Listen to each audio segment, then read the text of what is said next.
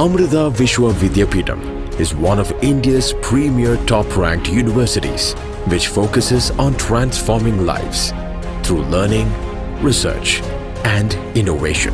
The university was established 19 years ago in the year 2003 and has made significant achievements in a short time. Education for life, education for living. Amrita University is guided by the thoughtfulness of our Chancellor, Amma, who laid down the philosophy of education for life by placing equal stress on education for a living. It is this vision that led to the establishment of a vast network of educational institutions that provide modern education while imparting the traditional values. While the pursuit of academic excellence forms the core of Amrita's success, it also undertakes the responsibility to shape the whole character of youngsters with love, care, and compassion. The university is headquartered at the foothills of the Western Ghats in Coimbatore, Tamil Nadu, and has 5 other campuses spread across South India in Amritapuri, Kerala, Kochi, Kerala, Bengaluru, Karnataka, Chennai, Tamil Nadu, and Mysore, Karnataka. The university will soon launch its new campuses in Amravati, Andhra Pradesh, Faridabad, Delhi, NCR. Our inspiration, a renowned humanitarian leader and spiritual leader, Amba is the Chancellor and guiding light of Amrita Vishwa Vidyapeetham.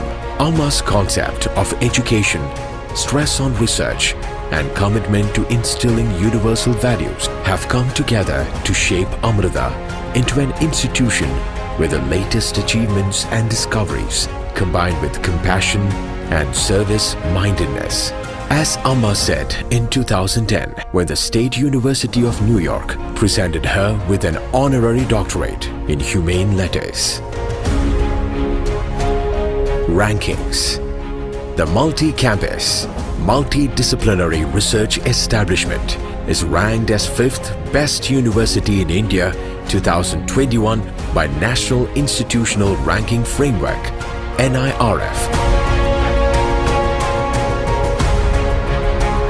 We have also been accorded the status of Institute of Eminence, IOE, by the Ministry of Education, Government of India.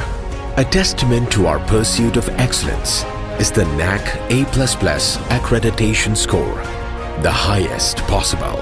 NAC accreditation measures universities for excellence in curricular aspects, teaching, learning and evaluation, research, innovations and extension, infrastructure and learning resources, student support and progression, governance, leadership and management, institutional values and best practices, global impact and international collaborations. Among the private educational institutions in the country, Amrita has entered into MOUs and collaborations with more than 450 leading universities around the globe. Students also benefit from our relations with industries and interactions with top management of multinational companies. These collaborations facilitate student exchange programs, student visits, industrial training, and project guidance under reputed corporate entities. Placements. Placements at Amrita have always been best in class, with students usually having more than 1 job offer.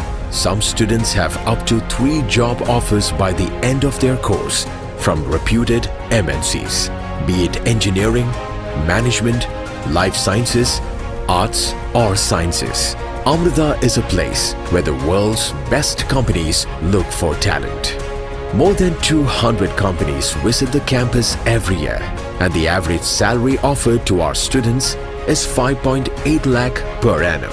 Meanwhile, the highest package offered is 56.95 lakh per annum, and the highest stipend for internship is rupees 80,000 per month.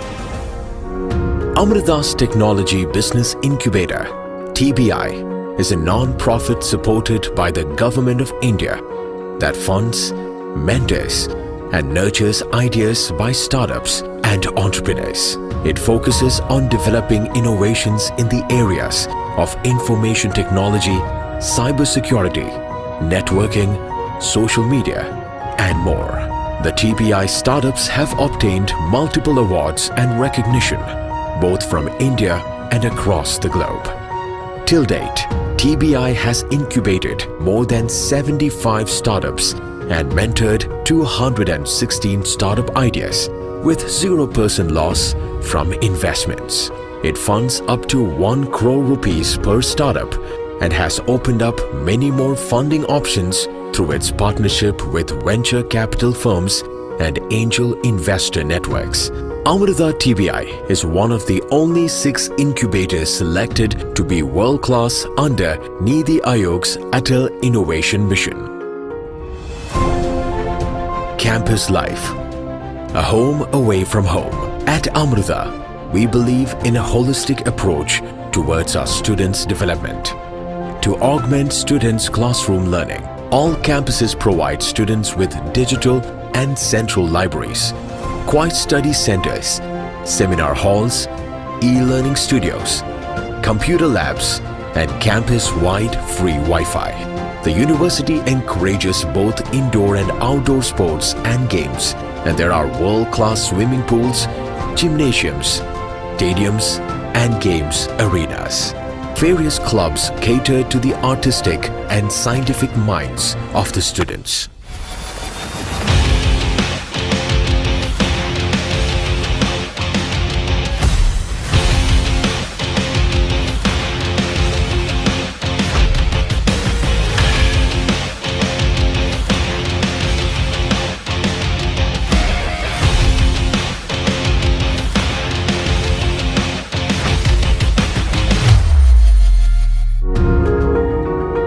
If you look around all of Amrita's campuses, you will see the prevailing educational environment is in communion with nature. The sand, the seas, and the sky define the backdrop of these temples of learning. It vibrates with an energy of togetherness and encourages us to live in harmony with everything around us, including a unity within ourselves. This setting is suited to instill both learners and the learned with the courage and wisdom to face the challenges of life. The campus at Etimane is considered India's most picturesque. It is like an oasis in a desert. What started out as a barren landscape underwent a miraculous transformation through the university's tree planting project. Today, there are more than 1 lakh trees growing there, the most extensive collection in number and species on a university campus in South India. The Live-in Labs program originated from Amma's idea to bridge the rural and urban divide by sending university students to remote villages in India to understand the everyday difficulties faced by people living there. The program is designed to be a multidisciplinary real-life learning experience offered to both international participants and Amrita University's faculty and students. The lab's objective is to expose youths to day-to-day problems faced in rural communities with a 2-week to 6-month periods of live-in internships in Indian villages. It also aims to inspire them to dedicate the knowledge and skills they acquired at university to help develop practical, cost-effective solutions to the challenges faced by the villages. Researchers at Amrita Vishwa Vidyapeetham partner with senior scientists at world's leading research universities to innovate new ideas and invent new products, applying existing technology towards solving some of the world's most pressing problems, from disaster management to assuring access to education and the management and cure of diseases. This effort reflects in Amrita's national and international research rankings. India's first UNESCO Chair on Women's Empowerment and Gender Equality. Empowerment through Innovation and Technology. The Center for Women Empowerment and Gender Equality is a research-focused academic center for promoting gender equality and fostering women's empowerment with a special focus on using technology and other innovative methods. This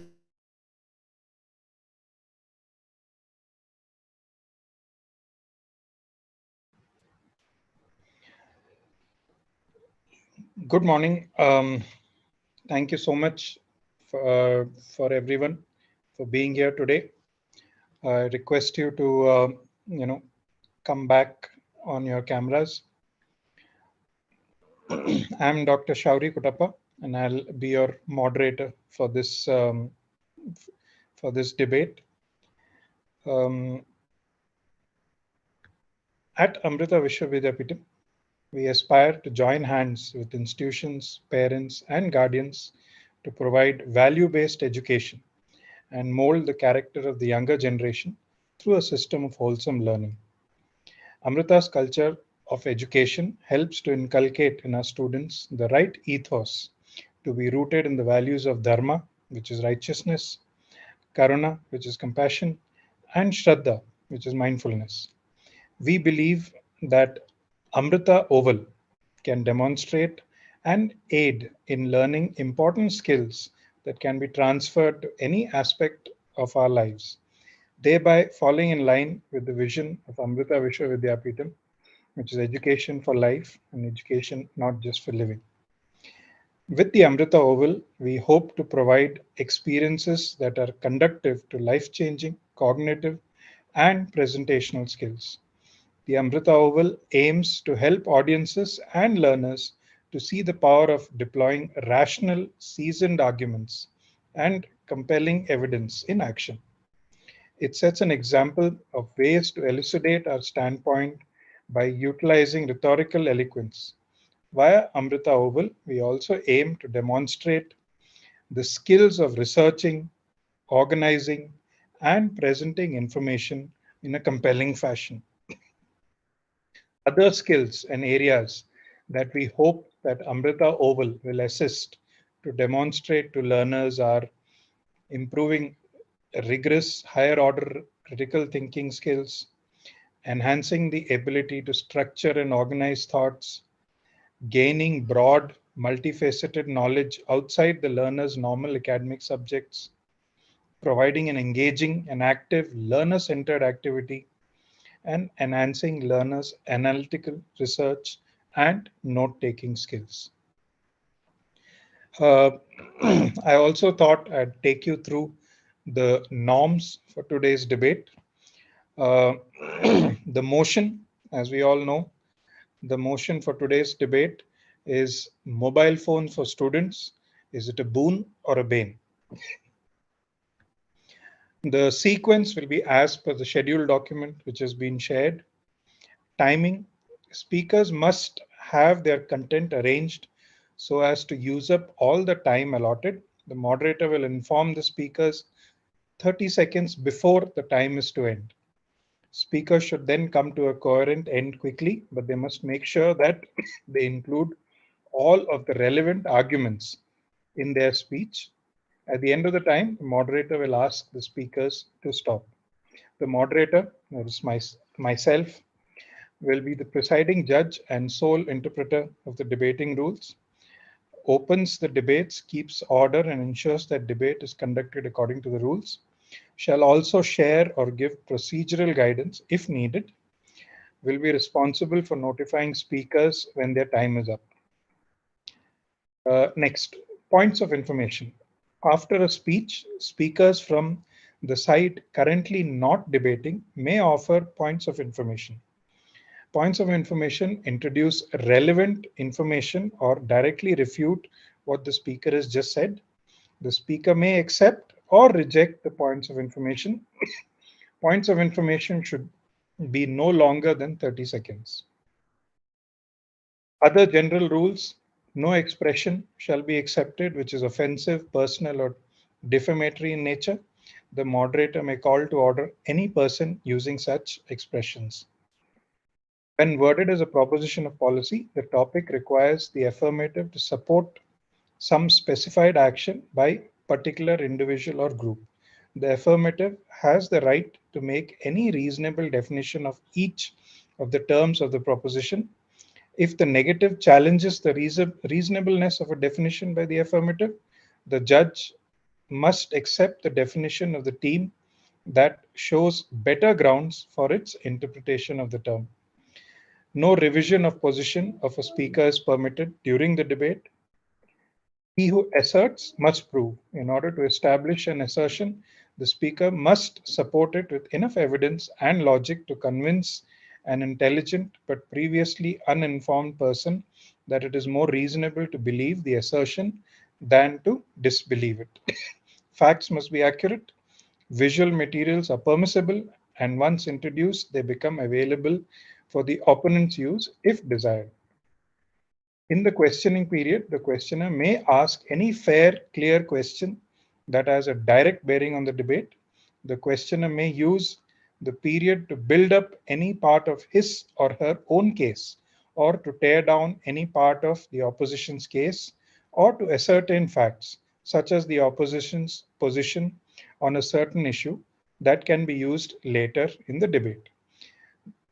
The debate must base its decisions entirely on the material presented without regard for other material which may be presented but is not submitted. Any gains made outside of the established procedure is disallowed. I also invite participants to have a pen and notepad by their side if needed, in case they wish to jot down points of other speakers. With that, we'll move directly into our session for today. The first round involves speakers introducing themselves. Speakers may share a short profile of themselves, their likes and dislikes. They may state their stand on the topic and why they have chosen their particular stand. Each speaker has 2 minutes.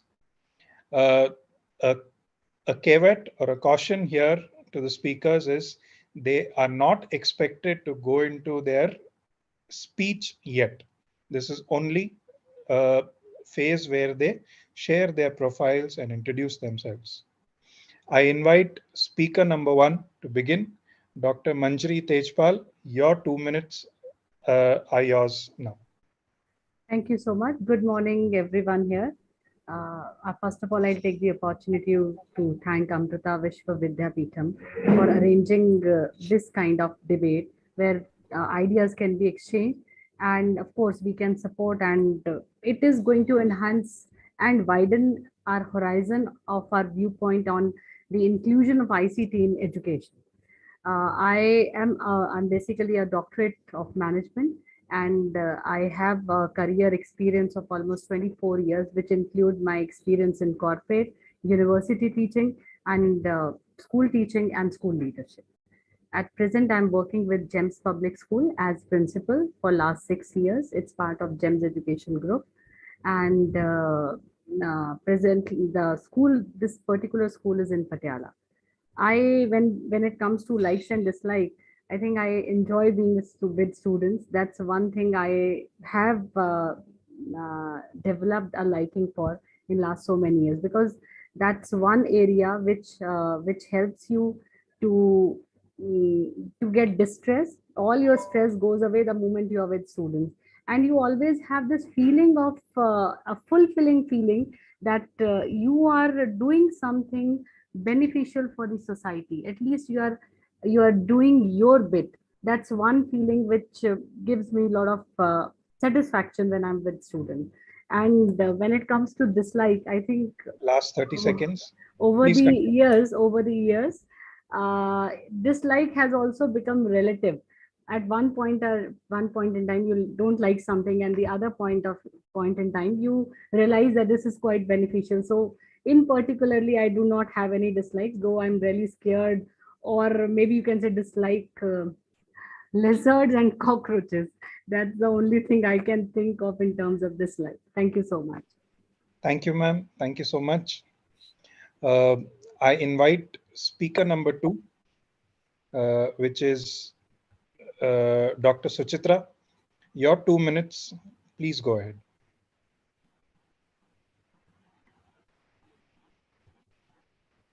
Unmute. Speaker. You'll have to unmute yourself. So once again, namaskar and good morning to each one of you from Delhi. Dr. Suchitra Bhattacharya, as said, a long stay in the education department. I'm an educator since 21 years. Coming from the army background, traveled all across India and had the privilege of working in different states, talking about the different policies. If I would talk about my thought process, yes, as of now, I am into number of panel discussions as speakers in different platforms and national and international forums. I'm a CBSE master trainer, and my love is for the students, and especially my research was on adolescents. I enjoy being with them because I see the dream and the huge opportunity that the children realize that's there in front of them. And as an educator, I just encourage my colleagues to be with them because I want the teenage children to question rather than go by stereotyped answers. And I think that is what Amrita Vidyapit is also believing in. It was a beautiful, I would say, video which showed what a split horror of opportunities you are giving. So thank you so much for inviting us. And I think this used to be a very general topic before. And now once again, it has come up because of the pandemic, the usage. If I talk of my likes, as I mentioned already, I love being with students. I am a vocalist and I love Indian music, listening to it, singing also. If I talk of dislike, yes, I dislike anyone who's not disciplined. Punctuality is what I lay emphasis on. I would say once again, thank you so much for giving such a wonderful opportunity to discuss on such issues, because as educators, I think the more we discuss, the more we learn. And that's what, yeah, thank you so much. 2 minutes, thank you. I now invite speaker number 3, Ms. Bhavna Rai. Your 2 minutes, please go ahead. Namaskar, everyone. Thank you so much, Amrita Vishwavidyalaya, that they have given us such a beautiful platform wherein we can discuss the things which has, as recently Madam has discussed, uses of mobile phones. As far as my introduction is concerned, as with my husband, I traveled Kashmir to Kanyakumari, some different renowned institutions of India, right from DPS to Kendriya Vidyalaya to Army Public School. From last 5 years, I am in Bharati Vidyapeeth as a principal. This is one of the beautiful organizations that I've came across, where the mission is social transformation through dynamic education. As far as my likes are concerned, as an educator leader, I believe in the children. I love talking to the people. I believe inspiring to the people. I have been experienced in various tables, performers. I have been a part of so many discussions. And recently, as we are educator leaders, so awards and all are by the grace of God that we all are receiving. As far as my dislike is concerned, I believe in continuous growth. And while in teaching and learning process, I came across of the people, those who sometimes surrenders or sometimes they don't like challenges. So I completely like the people, those who are continuously motivating and want to give them a chance and a challenge to overcome and become a winner. Thank you so much. Thank you, ma'am. With that, I think we are now all comfortable to move into round 2. In this next round, the flow is as follows. We'll be following the same order. Speaker number 1, 2, 3, and 4. Each speaker has his or her 10 minutes in which they can present their main points, their main content of the speech. When there are 30 seconds left, I'll give you a small indication, and you'll be expected to wrap up in the next 30 seconds. Speaker 1 will go first, followed by speaker 2. Post that, we'll have a small crossfire where speaker number 3 and 4 can share their points of interest, if any. Post that, speaker number 3 and then speaker number 4 will share their thoughts. And after that, there'll be a final crossfire. However, I realize, Dr. Sundar, you're yet to introduce yourself. Before we begin round 2, I invite Dr. Sundar to please share your introduction. Your 2 minutes are yours. Happy morning. It's been a pleasure being here in this platform. Patience is a key for success. Though my turn was not called, I would be very patiently waiting for that to happen. I didn't want to interrupt the flow. Being in this educational sector for more than 22 years, myself a doctorate in language, and I've done my MBA and seen through a different phase of career path and still on the learning path right now. I always very eager to be on the progress of learning along with the student. As all the speakers said, students' journey always keeps us energetic and young. So I always feel proud to be part of an educational institution, and I'm heading a school called GTA Vidya Mandir, a group of GTGI institution, which is more than 15 years old right now, and we caretake a CBSE stream of curriculum. So we're very proud to be in association in Chennai, and thanks to Amrita for connecting us from different parts of places today, so we could able to share and use the knowledge what we gained. Talking about my likes, I am a constant traveler. I do trekking a lot. I connect myself to the nature, and I ensure that I always keep myself refreshing. So that I can able to take up all the responsibilities, whatever comes in handling and molding the younger generations. Talking about my dislikes, I am a very positive person. If any person come across to me and say that this is not possible, this is very difficult to overcome, so we will able to take it up in that right spirit, and I make sure that those person also mindset is changed in a positive note. So thank you once again for this platform. Thank you, sir. Thank you so much. I think with that, we are ready for the next round. I invite speaker number 1, Dr. Manjari Tejpal, to share your thoughts and points.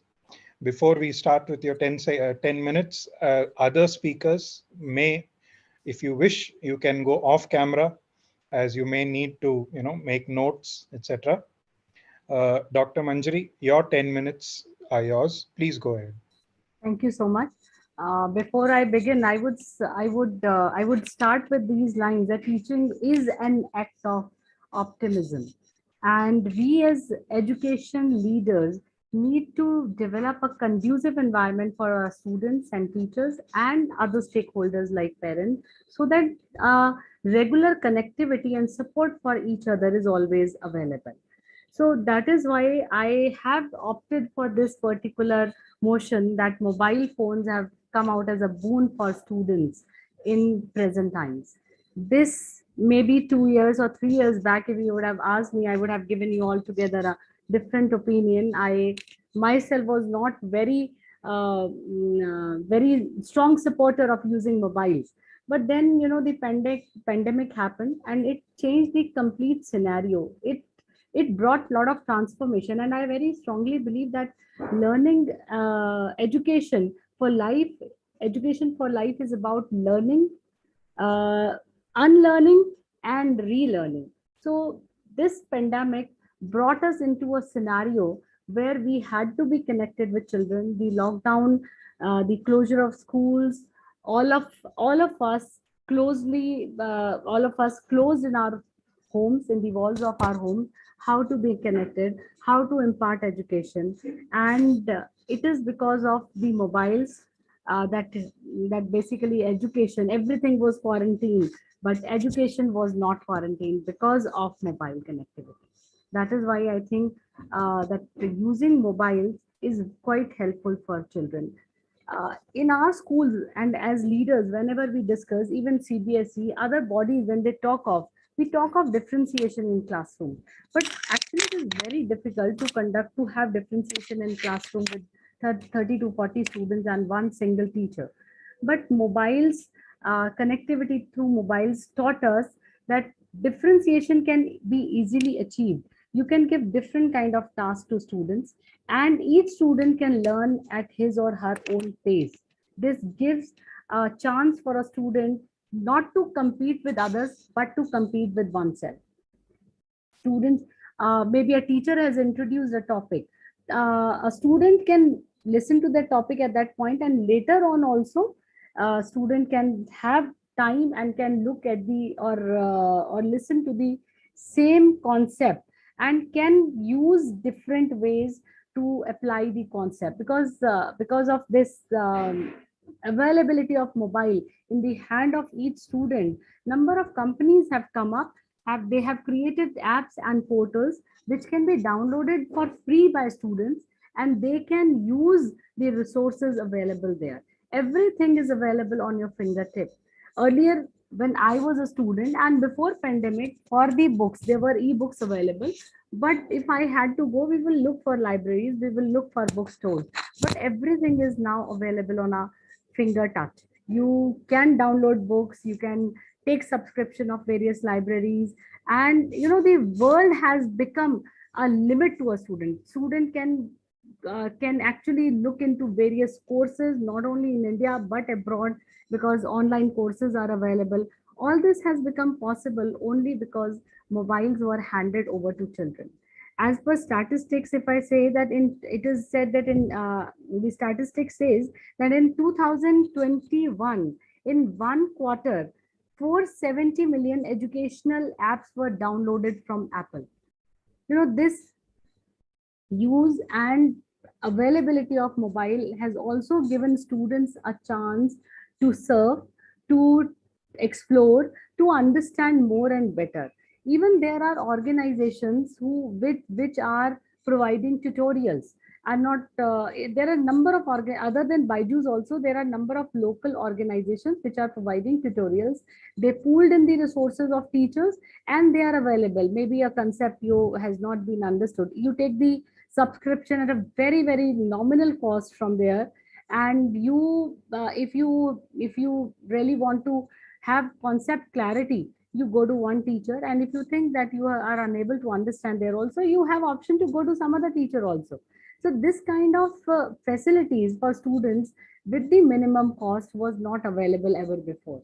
And mobile introduction of mobiles has made this inclusion of ICT in education quite easy and simple. Children, there are number of apps which do not need a laptop or desktop. You can download those apps and make your PowerPoint presentations. Teachers also were able to use the various resources and made teaching quite engaging for students and interesting as well. Otherwise, what happens in classroom, whatever we try of collaborative learning, number of collaborative tasks are given, but that with that the time foundation was there. But with mobile, the situation has altogether changed.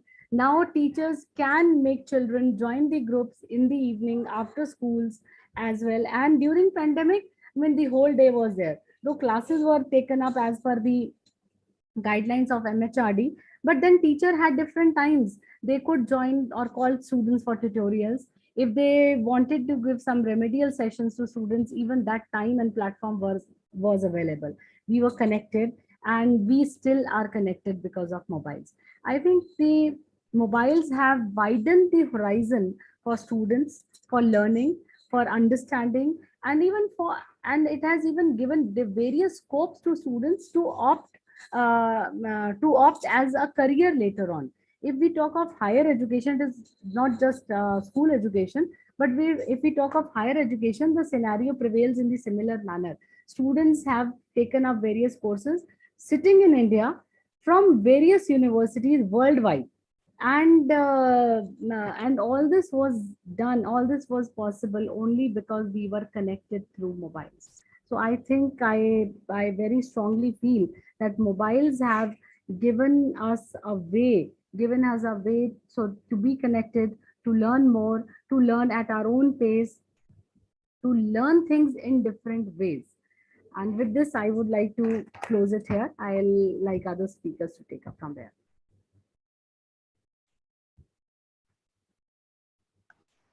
Ma'am, thank you so much. You had 3 more minutes. I believe you're foregoing the time. All right, then maybe I can add on few more things. Please go ahead. See, whenever I feel with students, whenever a critically analytical task is to be assigned, these tasks are very easily and aptly assigned by teachers on mobiles, and students are using various apps to take up these tasks. We talk of Bloom's taxonomy. We want our children to go from this from the level of understanding to the highest level of creativity.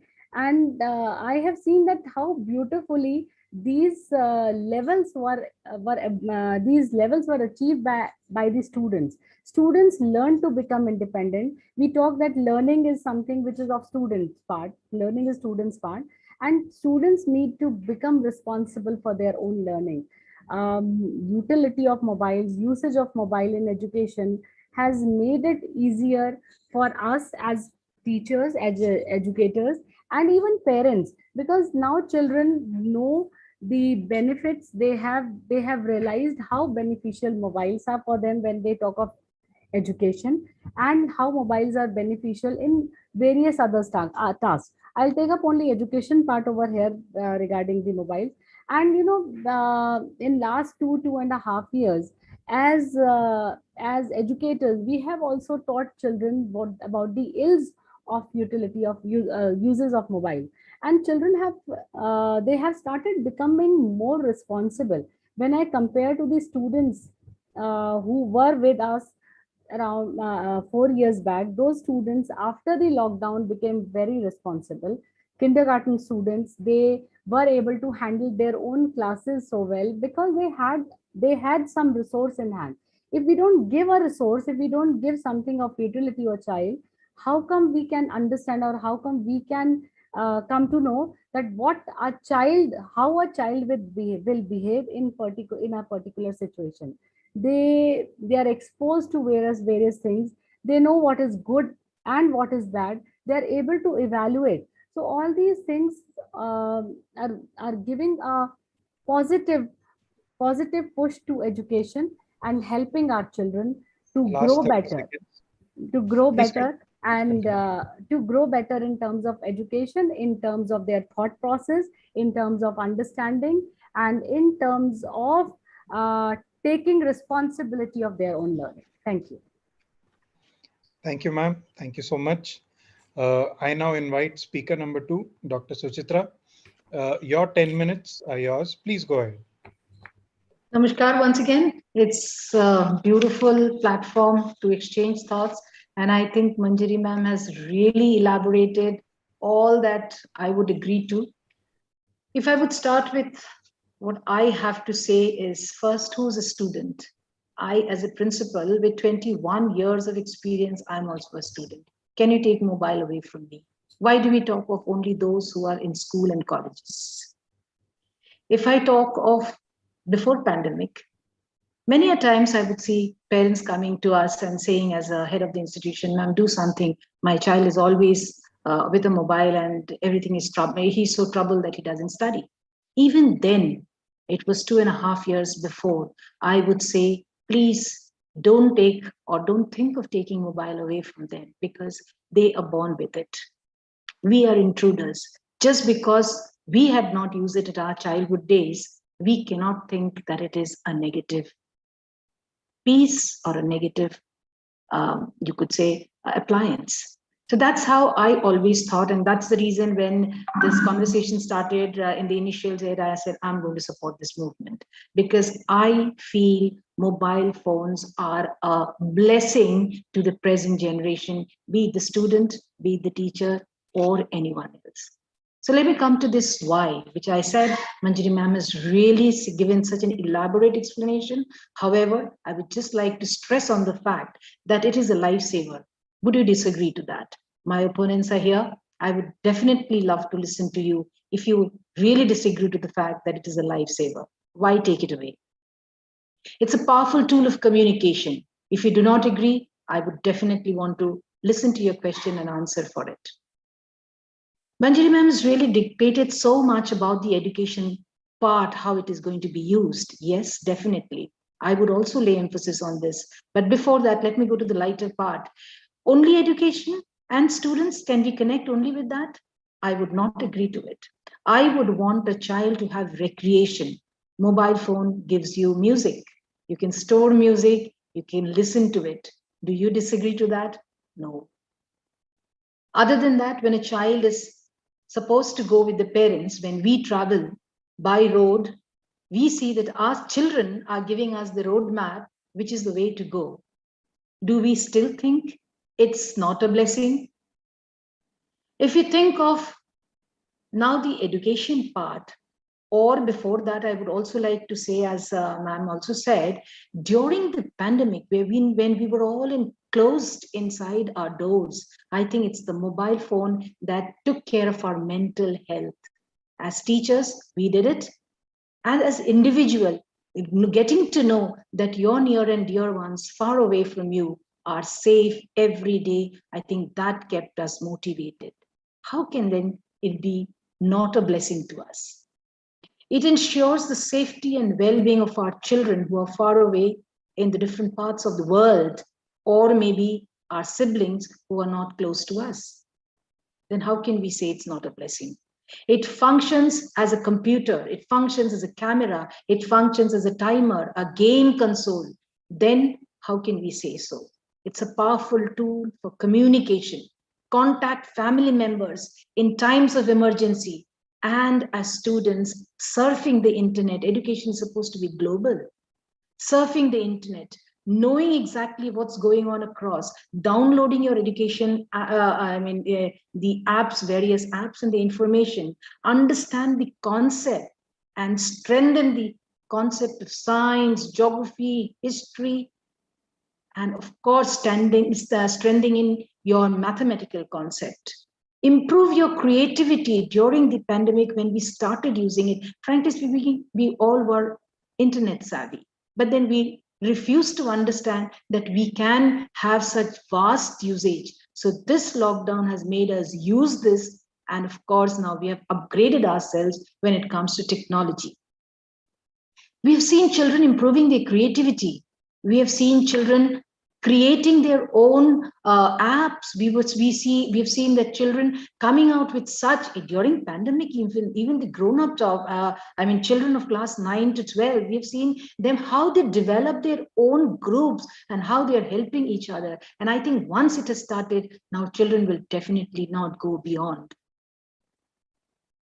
We understand that Sanskrit is such a wonderful language. It's a pride of our country. When other countries are using Sanskrit, but in our places, it is not so widely used. And I think that's a mistake that we have done. Let us not make the same mistake, restricting the children on the usage of mobile phones. Because as I said, it is not only a phone, it's a gadget where they get, please let me know if I cross my timing.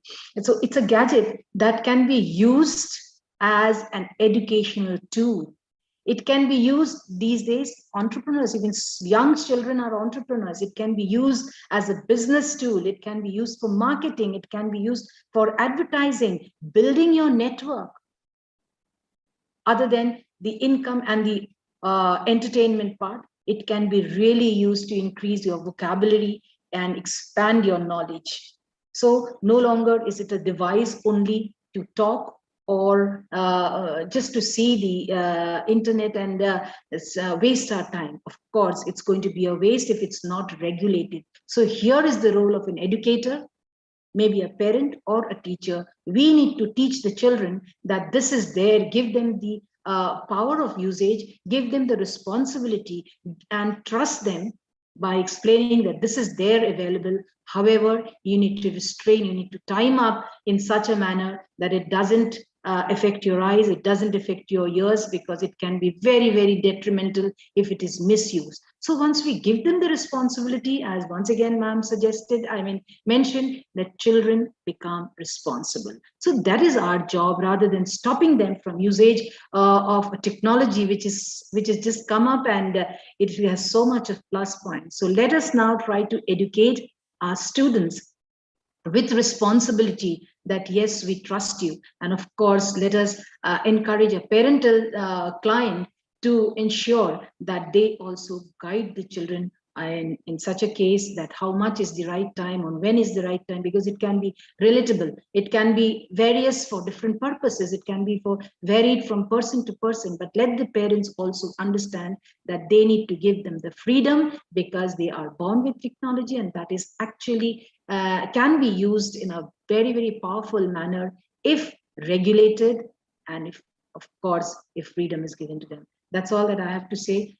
Thank you so much, and I would love to listen to my opponents and counter wherever possible. And if there is any question on one of the points that I have mentioned, I would love to answer them. And other than that, I would also just mention a few points which I've missed, as I said, which is not only used as education, even for us, how many of us now carry cameras?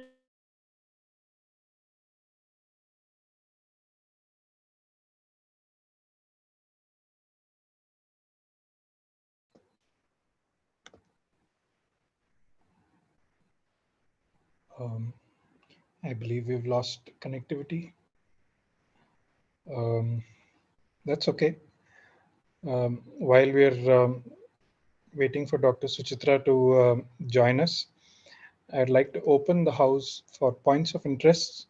I invite speaker number 3, Dr. Ms. Rai, and speaker number 4, Dr. Sundar. In case you have any points of interest, you may share them now.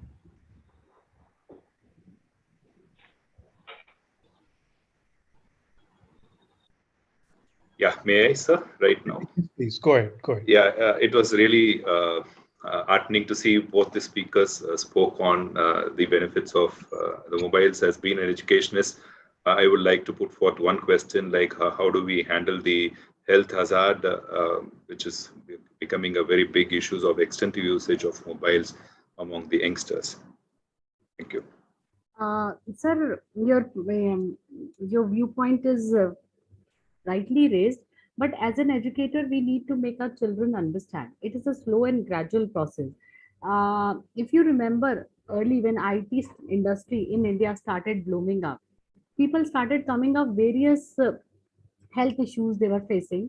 It was all orthopedic problems, cervical, lower back problem, then shoulders, arms. But then slowly and gradually, when they were continuously trained, they were updated. Doctor sessions were conducted by the organizations. They learned that what they need to do. In my school, I always ensure whenever there is an online class, after every 20 minutes, it is a mandate and it is compulsory being followed.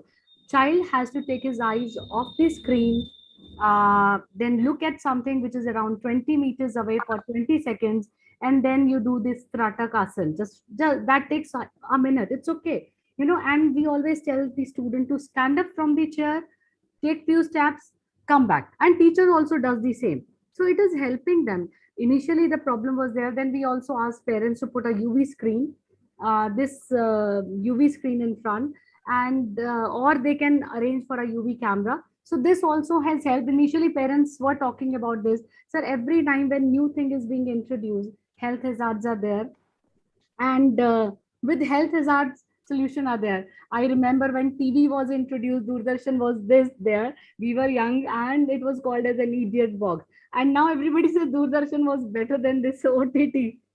So, this is something which is part of generations growing up, and we have to accept what is inevitable.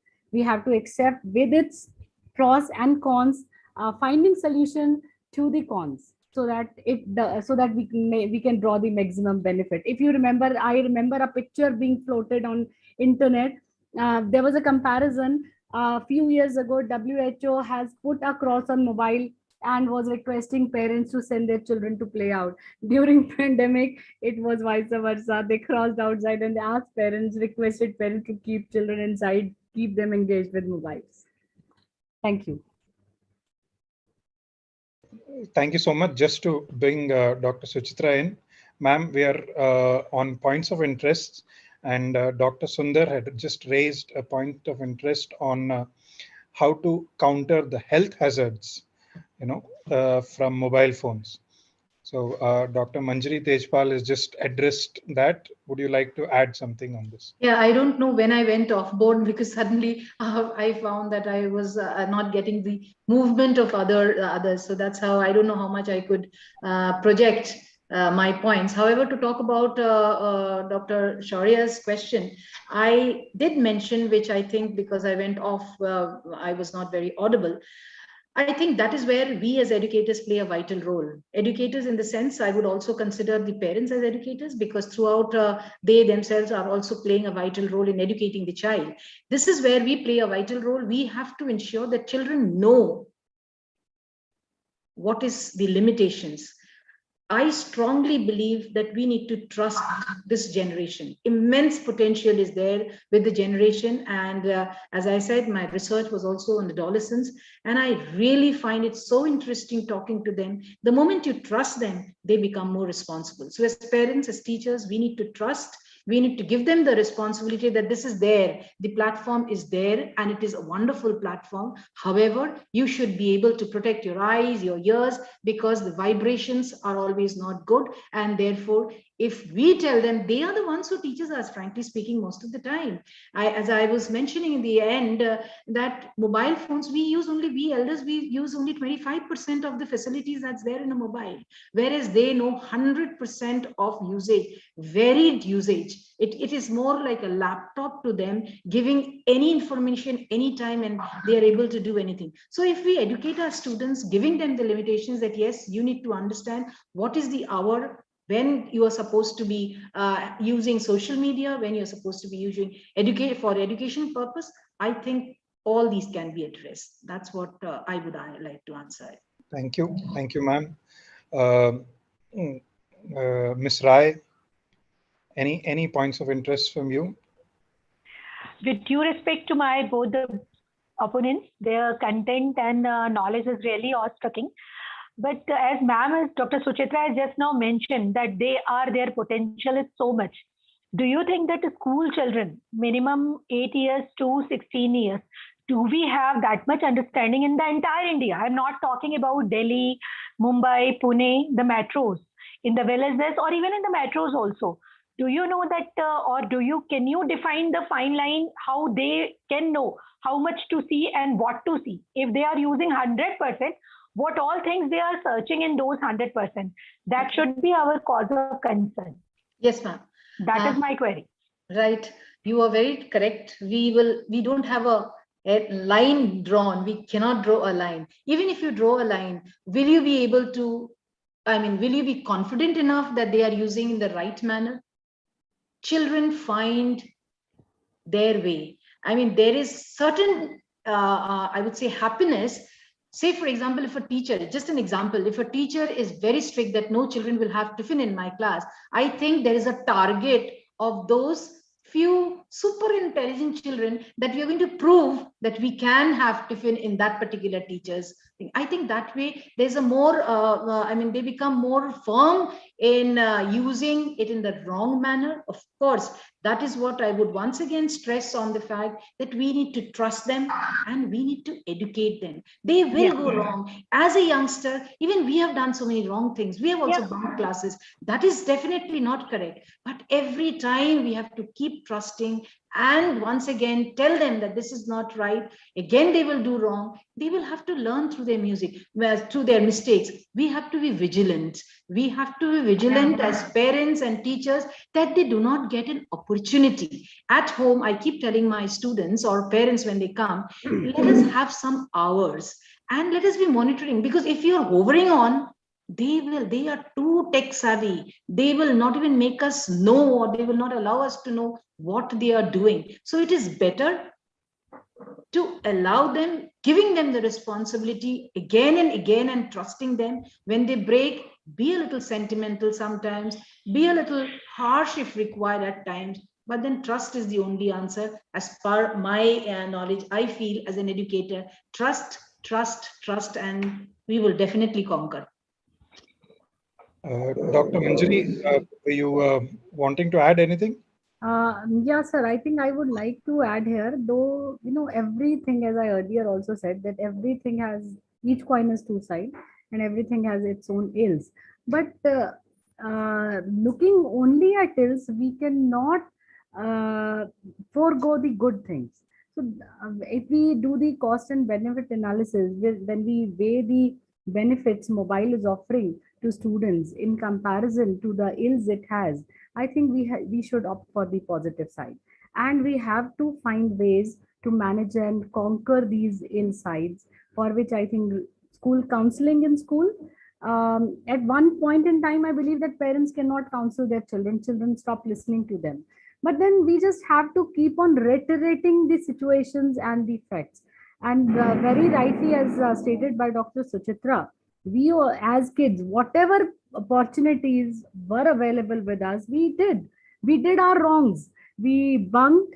We, as she said, I remember she said that the children generally would ensure to eat tiffin in the teacher's class, who is strongly prohibiting a child to do so. I was also one of that gang. I mean, eating tiffin, in my English teacher was the most joyous thing. So we also did our good and bad things.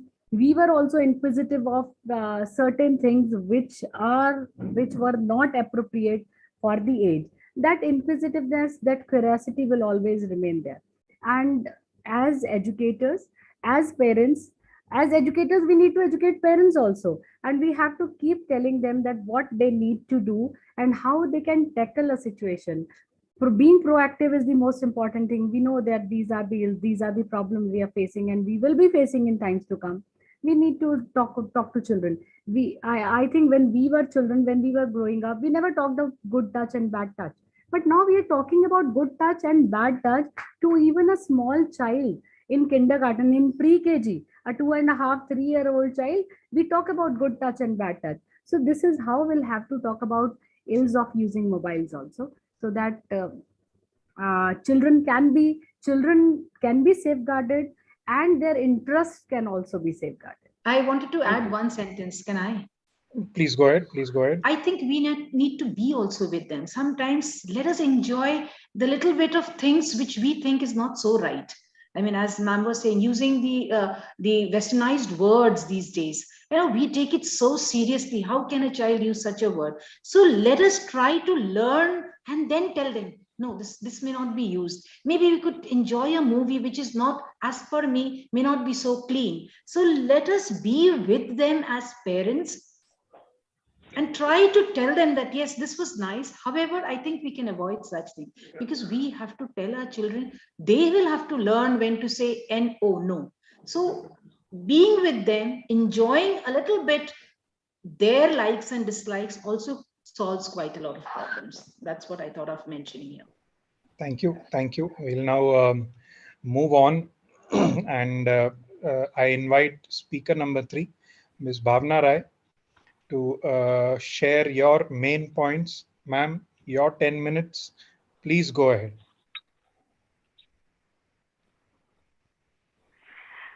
See, nowadays, I have chosen a topic which is very difficult. The whole world is going with the mobile. Every now and then the persons are having mobile. And I need to say, it is not that much useful. Like everything in life has a dual nature. Either it is a day or a night, good or bad. If you have roses, you will have thorns also. Sometimes if you have rich people, poor people. If you have good health, you have a bad health also. All things in the universe can be a boon or a ban. To other words, a blessing or a curse. It depends how we look into it. I believe nothing is good or bad. It is, as are both the speakers, they have rightly said, it is about the uses. So mobile phone usage is growing at an extremely fast rate. Can you believe that nearby in 22, we are going to cross almost 22 trillion market size for the mobile phone. Nowadays, if we talk about the mobile phones, especially about the smartphones, people have access to a variety of information at the fingertips, no doubt about it. They can, today, we cannot imagine a world or a person or anyone without a mobile. I know. From the children age 9 to even 90 years, they all have mobiles and smartphones. So now today the question is whether it is a boon or a bane, or a blessing or a curse. Before discussing, let me take all of you to a few beautiful data. I know that you may be knowing. In India, 56% of the children in the age group of 8 to 12, I again repeat, 8 to 12 have a mobile phone. Then also 21% of children aged 8 years use a smartphone. Whether they are in a rural area, in a town or a metro, but they are. The average age of a child when he or she receives his or her mobile is 12. Means it's really unimaginable a country where economy is growing, inflation rate is so high, but still every child who has attained the age of 12 years, he or she is having a mobile phone. Then let's talk about the teenagers. 51% of the high school students or secondary students carry their mobile phone to school every day. Children under 9 years spend at least 2 hours every day staring at the mobile screen. Sometimes I think all the educators have noticed this. Whenever the people come or parents drop into the schools, and if they are in the cabin or if they are busy with some office work, the kids are there with the mobile. Are all the above facts were good, or is mobile using going to harm our children? Yes, it is. As my fellow Dr. Sundarajan has rightly told that this is bringing extreme health hazards. Health hazards, not physically, even mental also. If we talk about Corona time, COVID time, that yes, online classes were there, teachers were able to impart the education because of the mobile phones, yes. But that was an emergent medical situation. After 100 years, the entire universe has faced that situation. We cannot compare to that situation to the normal time. If I am taking a paracetamol when I am having a fever, so I cannot tell every day I can have 2 paracetamol. It will be like this OTC tablets. That is also a threat to the country. But again, coming to the topic, everyone knows that mobile phones, whether I am using, you are using, or anyone is using, having some or other threats. The first, let us discuss about the health issues. Mobile phones emit bright blue light, which harms the eye of a children on prolonged exposure. As Dr. Manjari has said that she has mandate in a school that some disciplinary things are there that after every 20 minutes, children take to. But do you think that it is possible in the entire country? Many schools are there where the class strength is 60 or 55 or 45. Teachers are there. Do you think that these kind of things are possible? And the moreover, the most important, if you go through the recent data, children get addicted to online gaming due to the use of mobile phones. I think from last 2 years, so many health hazards, so many health issues, even deaths also because of these online gaming. Even our honorable court has to intervene about this.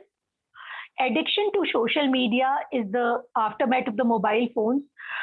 The people are so addicted to mobile that they are waiting. How many likes, how many dislikes, how many shares, how many everything. I remember just before 1 month or 2 months, I was discussing with my friend, there was a advertisement कि हमारे ज़माने में तो हम face to face connect होते थे, but अभी Facebook पे connect होते हैं. So that is the people, even the people are there in the family, they are not talking between, but they are in the family groups. They are sharing good morning, good afternoon, good night messages, giving instructions. In some way, it can help out. But do you think that we are losing the human touch, the emotional segment, where the multinational companies are talking about emotional health? At that time, we are going away from the family.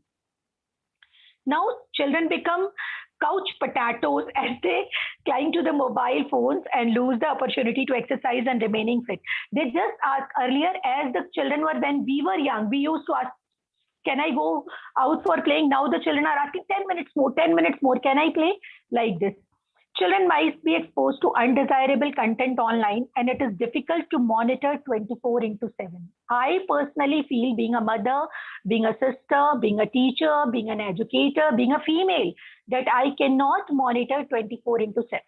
No one. I don't feel that any one of us can monitor when we have given this mobile, and all the time a child is only entertaining himself, getting educated from mobile. It is also not at all reliable. Now, as our fellow educators, with due respect, they have spoken that we need to trust. Yes, we need to trust, and we are trusting them. But as a mother, always trust, love unconditionally. But sometimes she needs to check also. Now the question comes: do we able to check those points? Everything is best when used in moderation, and this is the case with mobile phones. Parents and teachers must not for ban, but regulate the use of mobile phones at home and the school. But it is sometimes really beyond our limits. How can we use this? Now I know that mobile phones are expanding the knowledge. They are good source of entertainment, but on the contrary, they are bringing health hazards, emotional issues, and many other things. I think I have spoken a lot about how the mobile phones are bringing hazards. Dr. Shaurya, is it fine from my side? Ma'am, you still have 2.5 minutes. Would you like to continue? Okay. I can. And one thing more that mobile phone has brought. I am having an Apple, you are having a Redmi. The other one is having a Xiaomi. These type of things are also there, which are bringing financial disparity. Everyone wanted to have an Apple, whether the father or mother or the parents are having that buying capacity, affordability or not, whether they are good in studies or not, whether they are getting some life skill values or not, but they want to have the most expensive mobile phones with them. So these are the things by which we can say that mobile phones are how much useful. Now, if we teach a student physically in the class, suppose a teacher is teaching 45 students in a class, or 40 students, or 30 or 20, whatever it is. I personally feel that personal touch, personal connection, taking a proper round, understanding what the children are knowing is much better than the conducting classes through online. And as we talk about the apps and all, how many apps? Every second day a new app has come. And I personally believe that introduction of the ICT is only possible because of the a child can use mobile phones. Mobile phones are good if we are using it for the connectivity and other issues. But if we are using it for addiction, for only for social media, then I don't think that it is that much use. That's all from my side. Thank you so much. Can I? Hold on, ma'am. You've 8 minutes and 40 seconds. Before we move into the points of interest, I would like to invite Dr. Sundar as well, speaker number 4. Sir, your 10 minutes. Please go ahead. Thank you, sir. Happy morning once again. After listening to 3 speakers, my task is even more becoming tougher now to justify my take on the motion of why mobile phone is to be a bane. With the advent of advanced technology and growing use of mobiles and other gadgets, considerably harming the younger generation will be my first statement. How it is, students are developing a strong connection with their mobile phones, which is leading to the massive loss in their concentration and time spent in their studies. We as an educationist and the parents and teachers are usually facing problems in combating the distractions of students. So we are finding it very difficult how to bring them to the normal thought process and the concentration level, which they could able to channelize towards learning. They are now getting a lot of distraction mode into it. Nowadays, the life has been very busy, and after post-pandemic, I believe, yes, rightly said by the speaker, pandemic time, the mobile was as a great help. But now, when we are moving on to the regular mode, we are trying to bring the students into the learning parameters, very difficult. The biggest answer for that is that the students search entertainment by using their mobiles.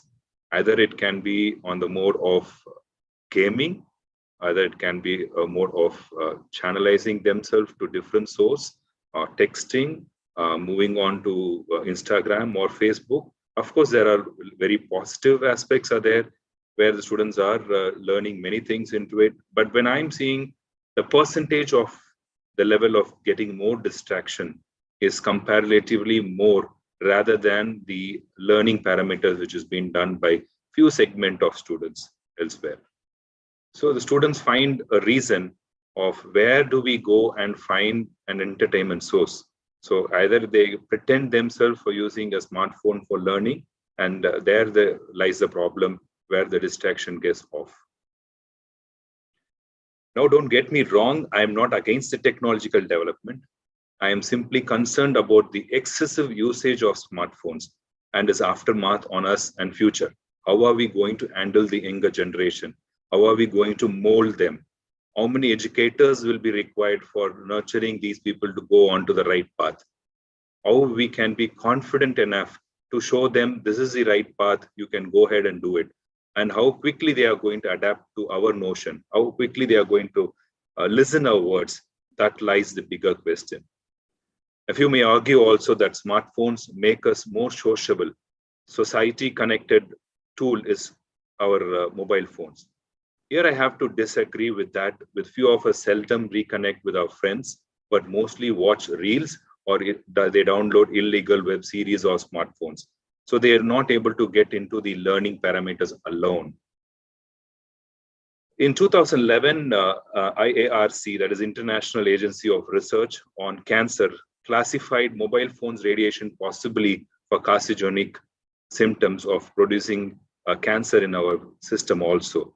So don't we think like we are exposing it at a very younger age, and we are able to put our younger generation in a greatest risk?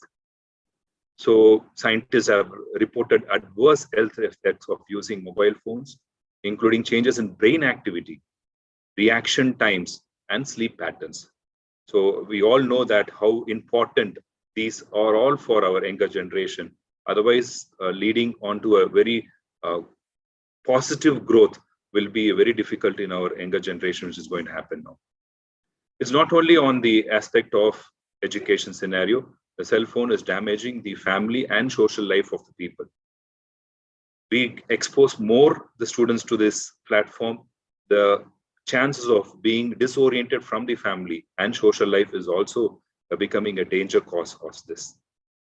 There's a famous advertisement or a connection note which we can ever say. Mobile company says that they are connecting people. They are bringing people to close together. Now it's time to think. Are you connected with your relatives on mobile phones? Are you connected to your loved ones than before?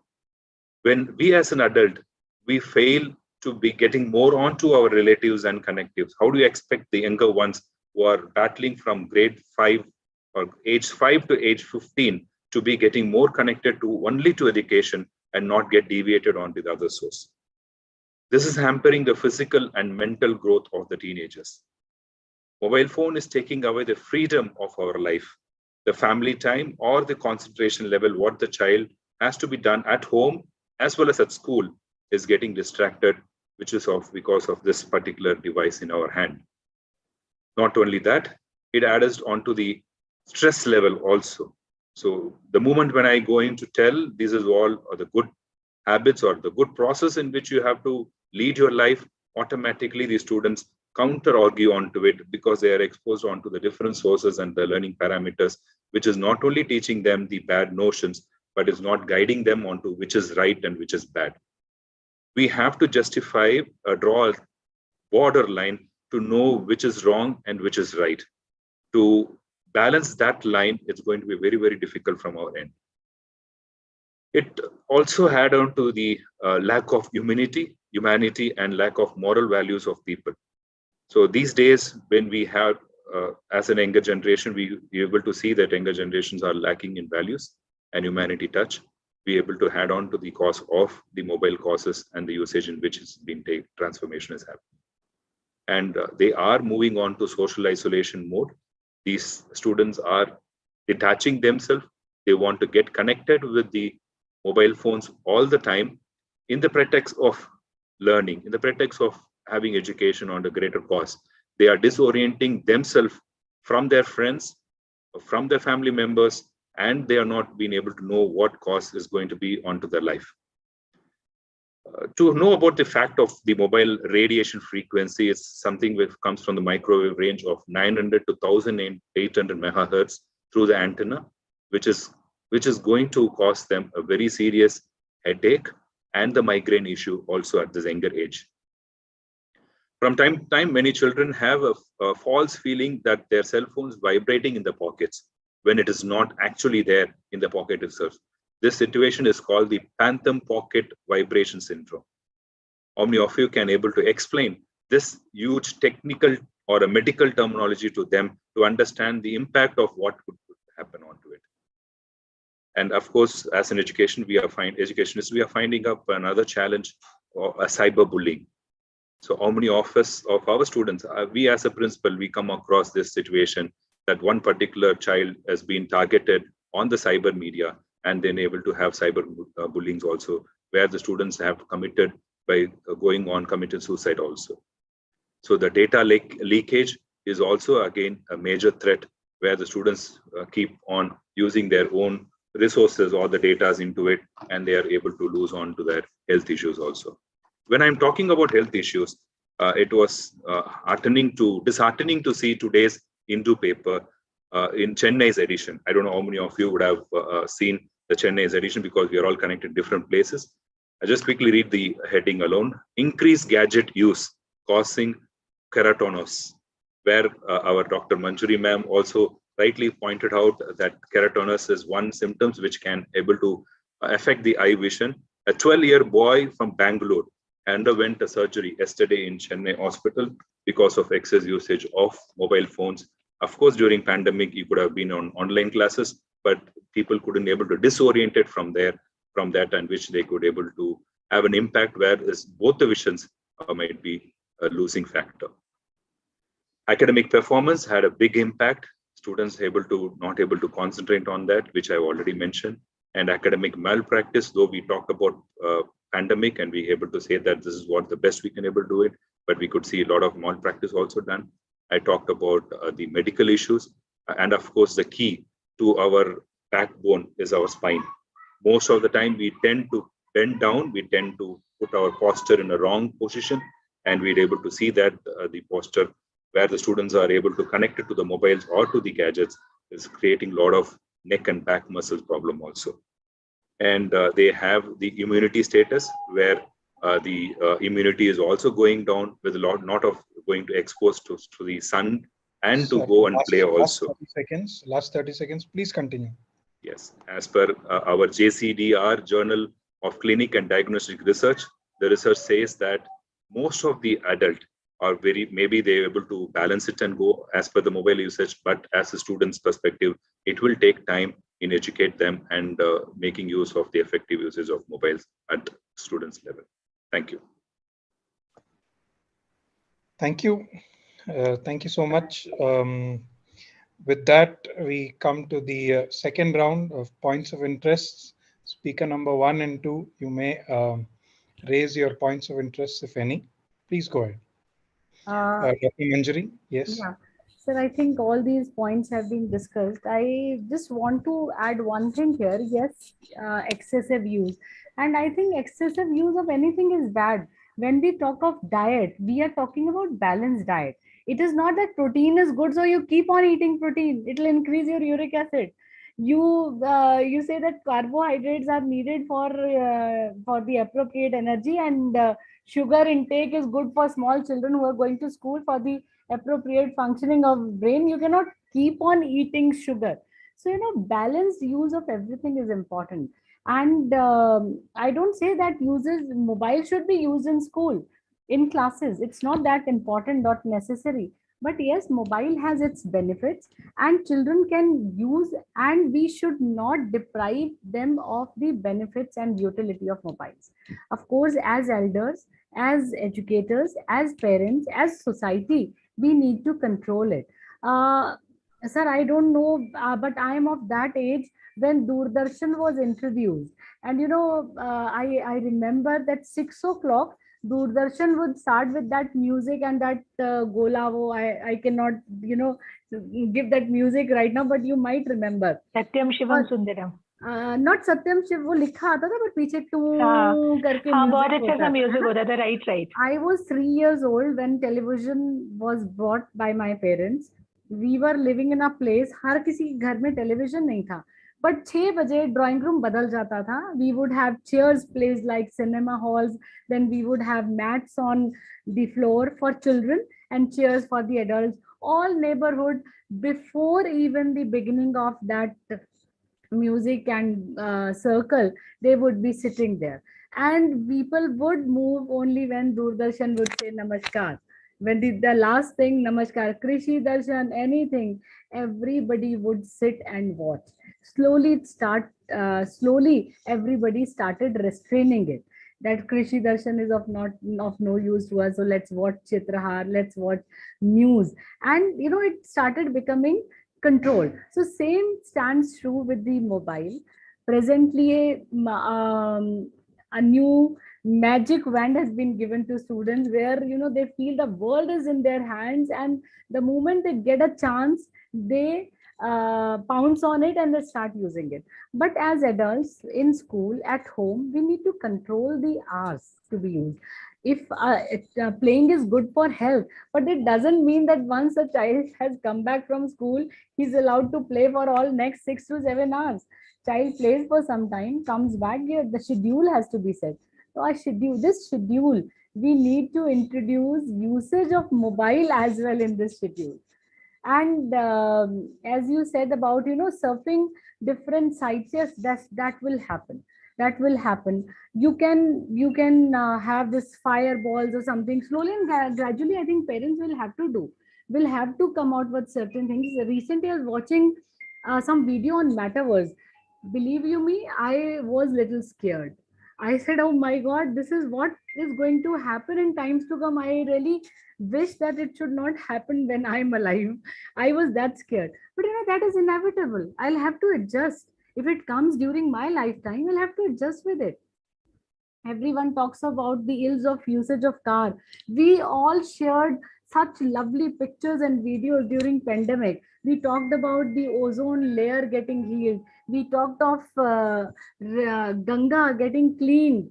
But again, when things came to normal, all of us are using vehicles at the same rate. Life cannot stop, and we have to take life as it is coming, finding ways where and how we can minimize the hazards of it. So that stands true with the usage of mobile also. Thank you. Thank you, ma'am. Point adequately made. Speakers who are against, if they have anything to raise, you're most welcome. Yeah, may I? Yes, please. First, let me talk about Bhavna ma'am's few questions. Before I go into it, it's really, I'm enjoying it because with our age and our role, I think always we try to understand the other person's point. Here, I'm getting an opportunity like a schoolboy and a schoolgirl to counter and with no malice, but I'm really enjoying it. Bhavna ma'am, I would just come to the example that you gave with paracetamol. Yeah, please. Once again, I think Manjari ma'am is beautifully explained. Doctors advise us. So let us be the doctors for the mobile phones. Let us parents and teachers be a doctor. Trying to tell them, it's now your fever is gone, no more paracetamol. So your time is over, no more phones on a regular basis. Secondly, you had said, how much can we monitor? Can we give up then? Should we give up? No. Many children do not get 90%. There are 40 percentile. We don't give up. We are at it. Therefore, we should be at it. If we talk of reception area, like for example, small little steps, you, me, if we can change even 40% of, or maybe 20% of the thought process, I think we're going to do a great job. In my school, strictly prohibited mobile at the gate. And this is one of the reasons when parents, they oppose, they say, how can that be? We'll have long waiting hours. We'll try and see waiting hours are less. However, just get an opportunity to be away from your office. You've come for a child, let us think of the child, let us think of the progress. So small little steps, I think as per requirement, we can go about it. As Sundar sir was saying, I think ma'am also mentioned about the car. We talk of fast food, definitely. When we talk of sickness, when we talk of the ailments, the hearing, we definitely have to take care and therefore it should be monitored. When we talk of pollution, I think our ACs constant AC at our offices, at our homes, the pollution by cars being used so much. In one house, I think there are 2 to 3 cars because both the husband wives are working and the child also needs to go, and therefore we have increased. So if we can't monitor those, even that is going to be hazardous. Similarly, I think it's high time that we make our children responsible about pollution, and it has happened. I can actually visualize, I'm sure many of you who opposed it for the discussion, you will also have to agree that the generation now is so conscious about all the drawbacks and the hazards of pollution, which includes the eye and the hearing problems because of the air. I think we can see, definitely we can see better days, because I feel as an adult, I have misused many things, and therefore this is what I've given to my children outside a polluted air. I can see as an educator that the consciousness that the children have these days, definitely things will improve when it comes to pollution. So why not trust them again and make them responsible enough to make them understand that what they have got is, if it's bad, why not improve on it so that the next generation comes up. That's the ultimatum I feel we can do, educating our student. Let us create good parents, let us create good teachers, let us create responsible citizens. So balance everything and go ahead. That's all that we can do. Thank you, ma'am. Adequately made. I invite Dr. Sundar and Ms. Rai, if you have your counters to the points of interest that have been raised. First of all, it is not about the counters. It is about the opinions. It is about the things, how we perceive, and see, opinions are always relative. And as first, I would like to take up the point, as Dr. Manjari has beautifully stated about the Doordarshan era. I think we both are the buddies only, it may be so sisters. Me too, So me I too, also ma'am. have that kind I of said feeling. me too, belong to that Yeah, era. ma'am. No You, Dr. younger, Sujitra, maybe you more. also, yes. I'll coming to your point also. But I'm bringing you people, I'm trying to bring, with due respect to both of you, to all of us. Like at that time, as you rightly mentioned, we all neighbors, everyone was sitting around the chair and gluing towards the TV monitor, but still we all are talking. Even sometimes chai, pakoras, these things are also served. We were like everything mesmerizing atmosphere. But now, if you even after a tiring day, tell me the truth, all of you, just hold your breath and really the truth. Apart from this discussion, if you come to your home, I feel 90% of the parents are having the same sight, husband with a mobile, son with another mobile, daughter with another mobile, and sometimes after you also. So do you think this kind of the not communication is there? And because of this, what I feel, just now before 2 months, my son was doing a research on mental health, and it was in a collaboration with Niti Aayog. So at the utter shock of mind, from last 2 years, the people are feeling isolation. Means they are feeling that there is nobody to hold on, nobody to listen, nobody to share, because they are glued to mobiles only. Because they are just talking to them. There is no one to say. As just now, whatever we are discussing, why this discussion is there? Because what we all are feeling, to Dr. Suchitra, Dr. Manjari, Sundarajanji, or other people, or the people who are watching, they are okay with it or not. If they are okay, that really this is the, I know the trust factor is extremely important in any of the relation, especially with a teacher and a student, mother and a children. It's extremely important. But how much? As ma'am has rightly said, we need to supervise. So what I feel as an educator, as a mother, that we need to create an awareness. As you people have rightly said, that responsibility.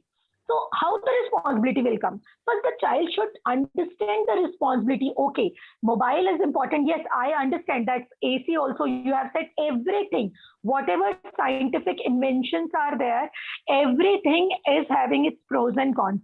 The other day, I was reading a journal by Dr. Sameer Parekh, who is the psychiatrist director of Fortis Hospital. What he has said, anything which is available, accessible, new, fast, and related to information and technology tends to attract a lot of people. And the same is with the mobile phone. But today, with due respect to our hosts also, I would like to say, it is not about the students who are using the mobile. It is the entire family that are using the mobile, and then they also follow. So I'm also okay. I feel that yes, uses of mobile phone to a certain extent is okay, but more than 2 hours, it's really bringing health hazard. And as everything is on a past way, earlier kids were getting so confident. Even we also tell our children, जब हम तुम्हारी as में थे तो ये भी करते थे क्यों? Because nowadays we become as a parents also we are so insecure. Beta, when you land on an airport, please give me a call. If you reach, message me. Earlier our parents used to send us, and we after reaching we write a letter. So we have that confidence. I feel this is my personal individual opinion that I became so confident, ready to challenge because my mother exposed me to the entire rest of the world. Okay, go and fight. But now I feel because of this, mobile is also helping us to make them dependent. This is my view. Open to you all, please. Thank you. Thank you. Dr. Sundar, anything that you would like to? Yes, sir. Yeah. Please So go everybody is talking about environment and CO2 emission. I just had one fact which we couldn't able to present it during my presentation. So thanks for giving the opportunity now. We are not here to defend the usage of smartphones or the regular phones. We are able to see how we can draw a line, how we can create an awareness among the educators, among the students to do it. Since we talk about environment, the statistics states that the excess usage of smartphones increase the carbon footprint, so which is exploiting the environment. It is better than we can make use the older version of the phones and make use of the smartphones in a limited version, so that the CO2 emissions which comes out due to the servers and the data centers across the world is not only polluting and creating a lot of disruption in the environment. So we are talking about how we can able to reduce the health hazards of the students for the society. So this platform might be a right channel. We 4 are here, we 5 are here, so that we may be able to work towards to create a self-awareness among us. First, as a change, I should be the change. I should live up to the expectation. As ma'am said, schools don't provide anything, mobiles at school, at the gate premises, the mobiles have been left. So let us also not take the mobile phones to the classrooms. As a teacher, I always tell my teachers to avoid that first, so that we lead as an example. So the entire platform, what we've been sharing for more than 1 hour, is to make sure that the awareness is being created at the young age, so that we set as an example, we lead as an example, and take up forward, so that all the boons and banes of whatever we have been arguing right now or sharing opinions will all be successful if we draw a line. That line is very, very important. If we breach that line, that's where the as it has been done. Thank you, sir. Thank you so much. Just a moment's pause to see if there are any hands raised for any other points of interest. If none, then we'll move to the next phase. एक और counter करूं सुंदर sir का? Go ahead, ma'am. Final counter. Sir, no malice. Yeah, connectivity. I think ये जमाना में grandchildren talking to their grandparents would not have happened अगर mobile नहीं होता. Connectivity के कहाँ हम सोच रहे हैं कि नहीं हो रहा है. It actually depends on how we think. I remember when we were small, we could only see our grandparents once in a while when we would come home. And look at this now, sitting in states, sitting in any part of the country, grandparents are talking on a regular basis. What a solace to those old people who are left all alone in the country and had their sons and children abroad. I think at the end of the day, whether we are for the motion or against the motion, we have to understand progressiveness has to be a thought process, but definitely regulated, which each of us at the end of the conversation, everywhere we have mentioned that regulated usage. That is what I think we need to play a vital role in ensuring this. So no, with all fors and against, I think we all will, at the end of the day, we all agree to this. Dr. Manjari, please go ahead. Sir, again, I'll like to add something here. And I also say that It is not for and against. It is, we are just having a discussion, and we can come out with a solution to the present scenario, because there are certain things which cannot be stopped. It has to come. So when we talked about, I think Bhavna ma'am was talking about, family interaction. In my family, there are 3 persons. We all have mobile, and when my in-laws are around 5 person, so we have 4 mobiles. But when I reach home, I leave my mobile on table. I sit, I have my lunch. We have our day-to-day discussion, what happened, what you did, and all those things.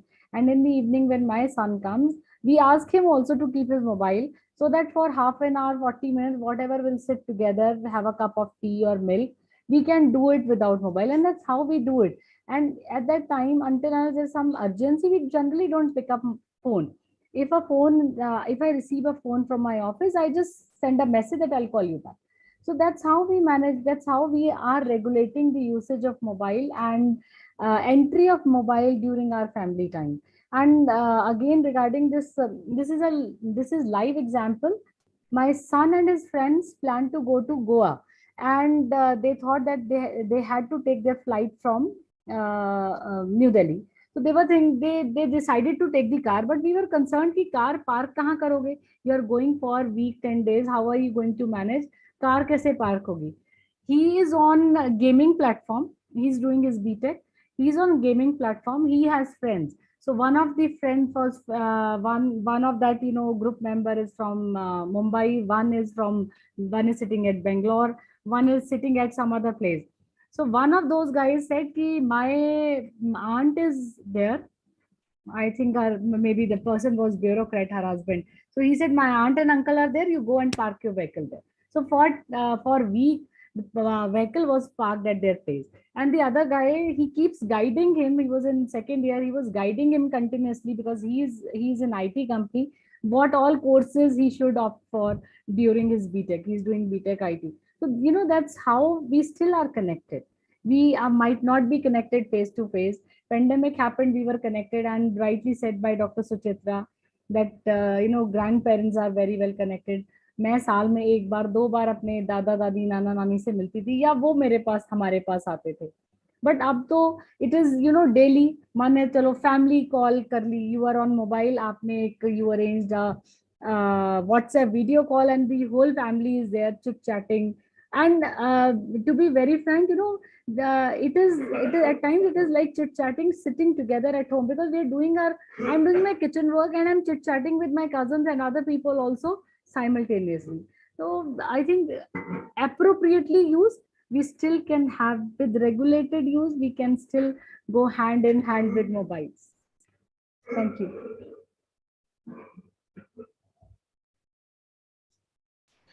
Thank you, ma'am. Thank you so much. I think the sharing of points of interest has not only served as a rebuttal platform, I believe it is also served as our third round, where each speaker has shared their summary points as well. And with your permission, of course, if everyone seems fit, we will do away with the third round, where each speaker has to share their summary, because I believe the summaries have already been shared adequately. Yeah. Yes, I think you're right. Yes, That's sir. right. Yes, definitely. If there's anyone, enough. if there's anyone who feels that they would like to further summarize, you're most welcome. Just raise your hands or indicate, and you can go ahead. Yes, sir. As rightly said, all speakers summarized. We keep on summarizing at every speech, and the opinion has been shared, well taken. Only one point is to have a holistic thought process on the point what we are discussing today. So let us put on to an action plan, so that the action has been executed on the points what have been shared by our delegates here. Thank you.